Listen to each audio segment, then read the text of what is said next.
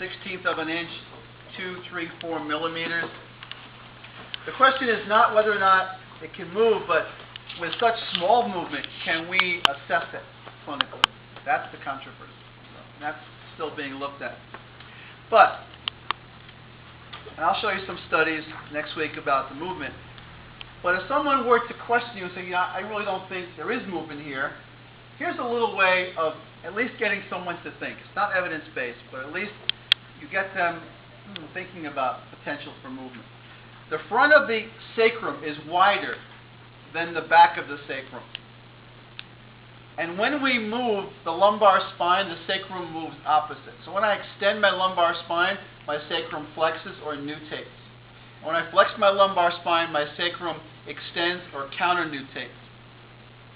So if you look at the distance between the PSISs in full extension with the sacrum fully nutated, that distance is fairly small compared to when you have them sit back on their heels in flexion, because the anterior width of the sacrum will push the innominate apart, and so that distance will increase.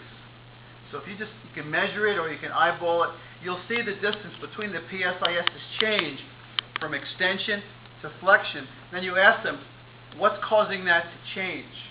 It has to be the movement of the sacrum within the two ilia. Nothing else that can explain that. Unless they say, oh, it's just all connective tissue, but you really do. If you follow the PSISs, you do get a widening in flexion. So Meredith, can we have come up for us?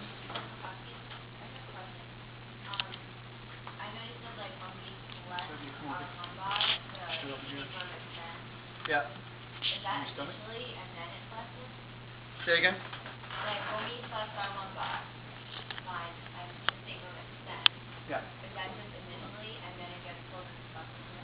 Or relative to the lumbar spine, it stays flexed. But in that position, then the innominants move.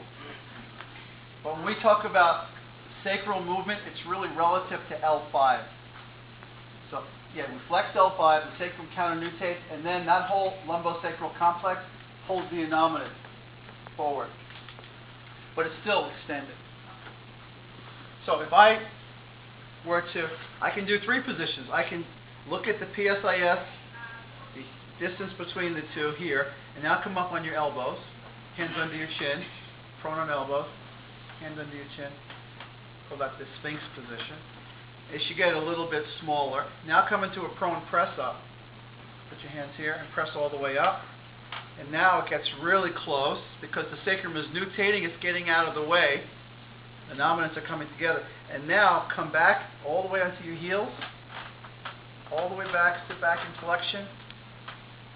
And you feel it just pushing apart. The innominants get pushed apart by the sacrum, which is nutating. You may not, if you want to demonstrate this, you have to do it in a young female. You may not see it as much in the male because they have more motion in their pelvis.